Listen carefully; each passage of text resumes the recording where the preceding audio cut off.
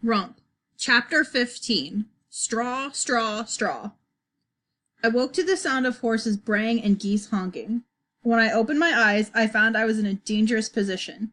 A horse's rear end loomed right above my head. People shouted back and forth, opening stalls, grabbing buckets and ropes. Someone came to my stall and removed the horse, which was a great relief. But then another person came and stuck a pitchfork into the pile of straw, narrowly missing my eye. I squeaked and quickly covered my mouth. The servant muttered something about rats and left. I didn't know what to do. If I walked out of the stables, would someone stop me? They were still searching for the thief from the night before. I decided that it would be better for me to stay until things were quiet, maybe until dark even. Then I could go home. I waited.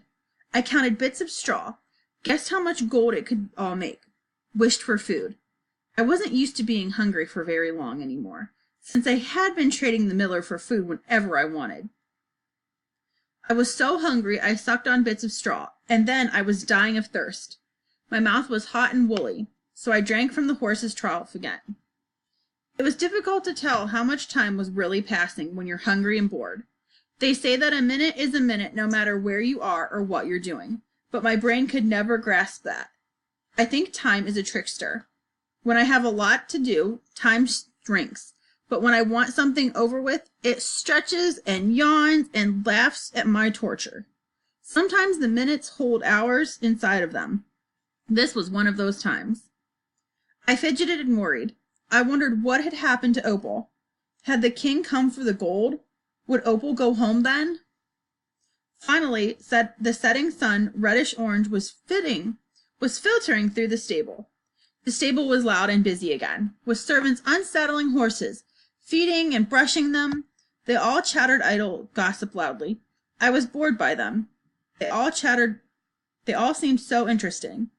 Lord so-and-so is to marry Lady such-and-such. A maid spilled a glass of wine on someone. Baron something or another is raving again about trolls in eastern woods. Come help me with the straw. The king wants it all in the west tower. A pitchfork plunged into my pile of straw. For what? We just put new straw on the beds. Don't know. He wanted a pile of it in there last night, and now he wants all the straw from the stables up in the west tower. Every last bit. Their pitchforks jabbed into the straw one after another, and I had to shift and twitch so I wouldn't be stabbed. Is the king weaving baskets? The servants laughed. They filled a cart with it full of straw and left. Luckily, they didn't notice my head sticking above the rest of the pile. I hid behind some large pails until it was dark and quiet. I was shaking. I couldn't go home. Not now. Not that I knew that Opal was still in trouble. Oh, and I almost wish I hadn't overheard them talking. But why was I surprised? I hadn't thought of this.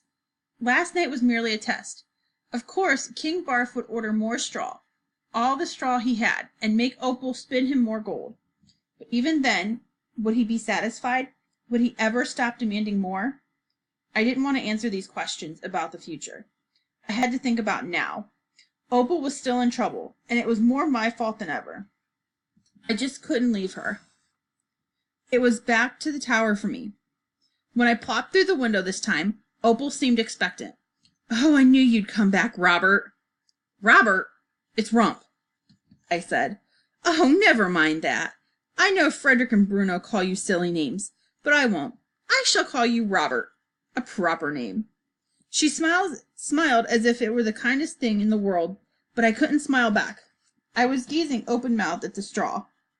There was three times as much straw as before, all piled along the walls and halfway up the ceiling. Troll's breath, I muttered. Oh, it's not that bad, is it? Said Opal. You can spin this in a wink. You're so clever. I felt ill and must have looked it too. Opal's eyes brimmed with tears, and her chin quivered as she spoke. You must. The king says if every last straw isn't gold by morning, I'm going to die. They're going to kill me. And then she wailed, though I didn't think it was quite as sincere as the night before. There wasn't any snot. But sincere or not, what chance did I have? What will you give me? I asked. Opal folded her lower lip down. so that she looked like a large toddler. I already gave you my necklace. That was made of pure gold. You half-wit. Do you realize how much that's worth? That was for last night. You have to give me something for tonight. And besides, I'm making you a mountain of pure gold, I said impatiently. Who was the half-wit here? Opal looked around desperately. It made me nervous to watch her think. She looked so blank and mystified. She brushed her hands down her hair, licked her lips, fiddled with her dress, and finally fumbled with her fingers. I will give you my ring, she said as she pulled a little ring off of her finger. It was not gold or silver, probably cheap tin, but it had a small stone in the middle, shiny white with swirls of purple and blue, and opal. My mother gave it to me, she said, before she died. She dropped it in my hand, and I felt a stab of guilt. I didn't think there was anything she could give or promise me that would be worth more than a hulking pile of gold, but I could see this was probably close, a priceless token. I was starting to really dislike this whole binding bargain thing and promises. Still, it wasn't anything horrible. Close the windows, I said, and started to spin. My limbs still ached from the previous night's work. My leg pulsed with pain every time it pushed down on the treadle. But I kept going. Gold, gold, and more gold. I had searched for it my entire life, and here it was, pouring out like water. I hated the sight of it. Opal fell asleep faster this time, one hand twined in the gold, the other clutching some more straw. As the first rays of morning light reached the sky, I gasped the straws from her hand and spun them too. The gold was piled all around me now, and it just looked like heaps of shiny straw.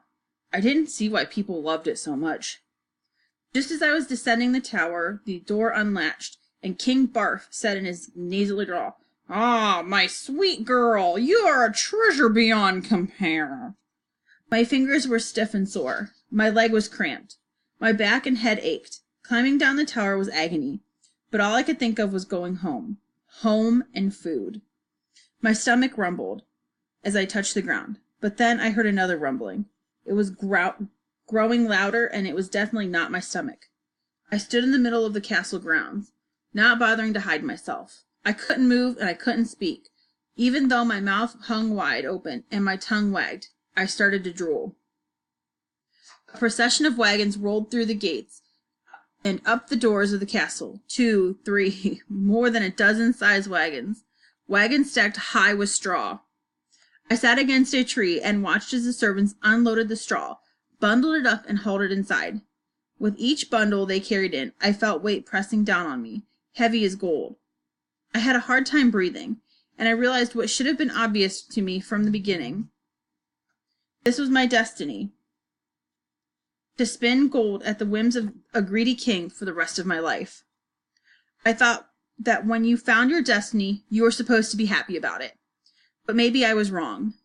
Maybe it was something you just had to accept, succumb to. I hadn't seen the villagers on the mountains succumb to their fates in all my life. They accepted it because they had always known their name and the destiny that came with it. And they knew those things couldn't be changed. Maybe I just needed to accept what was in front of me. I felt very heavy and sleepy. There was so much spinning to do. I should go right back to Opal now, but I needed to close my eyes for a little bit. I moved in the direction of the stables, but someone stopped me. "Oh, there, boy, where are you going?" "To the stables," I said sleepily. I didn't care what he thought. "Not now, lad. We've got work to do." And he dropped a bundle of straw at my feet. "Take it inside and follow the rest." I looked up and saw a procession of people carrying straw on their backs into the castle. With a deep breath, I swung the straw into my back. My knees buckled under the weight. I followed the line, into the castle, up some stairs, and into a chamber. We must have been in a different tower, because this room was 3 times the size of the last one. The straw was piling up in the corners and crawling up the walls, covering the tapestries, the paintings, and the windows. This would never stop. As long as there was straw in the kingdom, King Barf would want to spin it into gold. I fell helplessly into the straw and buried myself under it. No one noticed me as the workers piled straw higher and higher until it covered the windows and all the light was shut out.